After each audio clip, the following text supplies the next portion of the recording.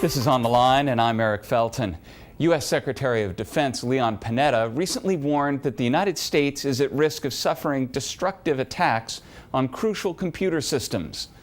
How serious is the threat of cyber war, not only in the U.S., but worldwide? I'll ask my guests.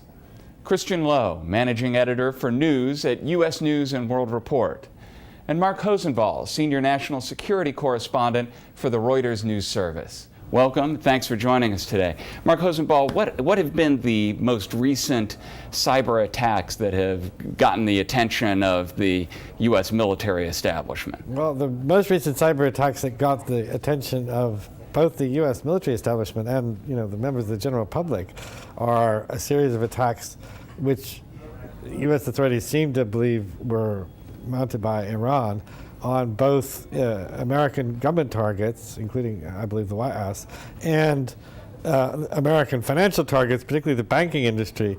My wife was trying to pay our bills. We, like everybody else, we pay our bills now online, and we use a very major bank, and the bank's website was out of order for about a week. And as I understand it, it was only one of perhaps 5 or 6 or 7 or the largest banks in the United States whose online operations in terms of online banking were literally paralyzed as a result of what the authorities believe were attacks from Iran. Not very sophisticated attacks, in fact, rather crude attacks, but very voluminous attacks. In fact, the attacks were so unsophisticated that the authorities are still trying to puzzle whether they were official or unofficial, but as I understand it, they were very, very disruptive, even though they were very crude. The fact that they were very crude shows you that even using very crude methods, cyber attackers can cause quite a lot of disruption. Christian Lowe, what's your sense on how vulnerable networks of every sort are to even the most crude of attacks? Well, obviously, cybersecurity has increased, the sophistication of cybersecurity, but it's sort of a digital arms race that's going on right now. Even the most unsophisticated adversaries of the United States are starting to acquire technologies, encryption technologies that are bumping up against the top encryption technologies out there, and really giving the National Security Agency, which really is the front line of defense on this for the United States, a run for its money. Sources tell me that even elements of Al-Qaeda have some of the highest level of cyber threat out there. So how widespread is the risk, Mark Hosenball, if you've got not only banks that are doing everything online, you've got the military dependent on internet communications? Is there any part of the modern economy or modern government systems that aren't dependent on the functioning of the internet and other digital technologies? Well, the most serious government systems usually are isolated in one way or another from the internet, so that it's very hard for cyber attackers to get into, say, intelligence computers because they're on separate networks. Although, again, we saw in the case of WikiLeaks that a soldier in the field, because they wanted to get intelligence information out to people in the field, soldier in the field was able to use just a little memory stick and download a whole bunch of information that he should have not been able to download. However, what I think scares the experts the most and the authorities the most is that some of the systems that control our, not just our, but the whole world's, infrastructure, water systems, gas systems, utility systems, electricity grids.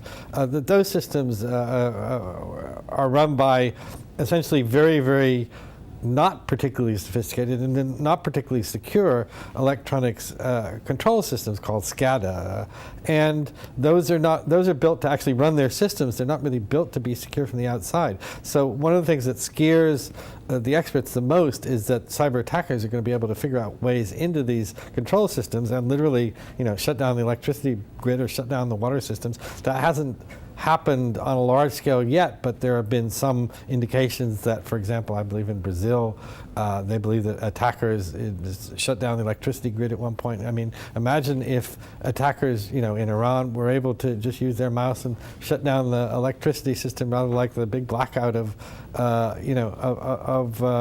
it was, 1967, 1968, on the whole eastern United States.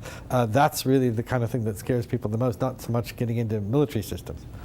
Chris Lowe, what's the response to those kinds of threats? Right. Well, that's the crux of Panetta's argument last week. I mean, he spoke before business executives for national security, and he was pleading with them to help leverage their influence on Capitol Hill to pass a bill that would really bolster, what the proponents argue, would bolster cybersecurity and sharing between the government and private businesses. As Mark mentioned, a lot of these critical infrastructure nodes are owned by private businesses. The local water company or public-private businesses, the local water company, electric grids, pumping stations for gas and oil, the train system, that's airline systems, that sort of thing. And Panetta is arguing that there should be greater sharing between the private sector and the public sector and the government, the intelligence community, so that they can better defend against these kinds of cyber attacks, which could, as Mark said, shut down entire grids. Look, the U.S. is very sophisticated in cyber defense. They are also very sophisticated in cyber attack, but we're dealing with sort of an ethical realm now on how the U.S. government defends and against attack and also goes on the offense. So, Panetta argues about a cyber Pearl Harbor that is really the only thing that he's afraid will shake people into action. The bill in the Senate, which is the last one that needs to be passed, is being filibustered by John McCain, with the backing of the U.S. Chamber of Commerce, and the primary fear there is privacy. Experts I talk to say that the NSA is not interested in reading emails. They're interested in reading pieces of code that are attached to emails that could be threatening. Well, Mark Hosenball, one of the things that Christian Lowe brings up is the sophistication of not only defenses on the U.S. side, but of cyber attacks coming from the U.S. to other targets. There have been extensive reports that a worm targeting the Iranian nuclear program was part of U.S. efforts, among others. And is the U.S. at risk of creating cyber weapons in its own efforts that are going to be turned back against the U.S.? Well, that's always a risk, and my sense is that, in fact, particularly the lawyers at the Pentagon and in the intelligence agencies have been very hesitant to authorize the widespread use of offensive cyber warfare by American government agencies for this very reason that you're talking about. That's not to say they're not going to do it. That's not to say that the Stuxnet worm that got into Iran didn't have some American fingerprints on it, although I think it also had Israeli fingerprints on it. But my sense is that, in fact, I know people in the government who have been involved in this kind of thing, and they say that it's been very difficult in some cases to get the lawyers to authorize them to go ahead with very sophisticated attack type plans, because they're just afraid that one way or another this is going to backfire, and either the bad guys are going to get a hold of the American worms and turn it on the United States, or it'll just give them the license that they feel to go ahead and attack more aggressively at the United States. Chris Lowe, what's your sense of how seriously U.S. policymakers are taking the question of whether to be cyber attackers themselves? Again, like I said, it's an ethical issue. And to Mark's point, there was an attack rumored by the Israelis against the Iranian oil infrastructure, I think a year ago.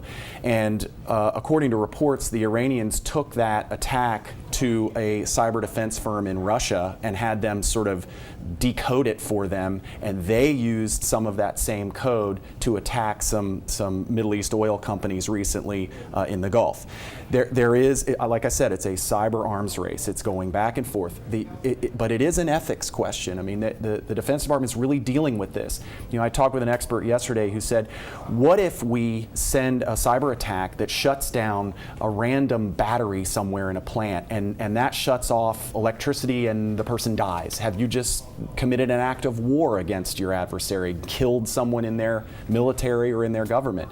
Then it becomes an even wider issue. And I think policymakers are really wrestling with that right now. I know the DoD is. I've only got a moment, but what's your sense of where this arms race goes next, Mark Hosenball? Well, I don't think anybody really knows, because I don't think anybody knows ultimately how vulnerable these systems are, particularly the control systems that I was talking about, and how easy it is to get into them or how difficult it is to get into them. So I think the future is very unclear.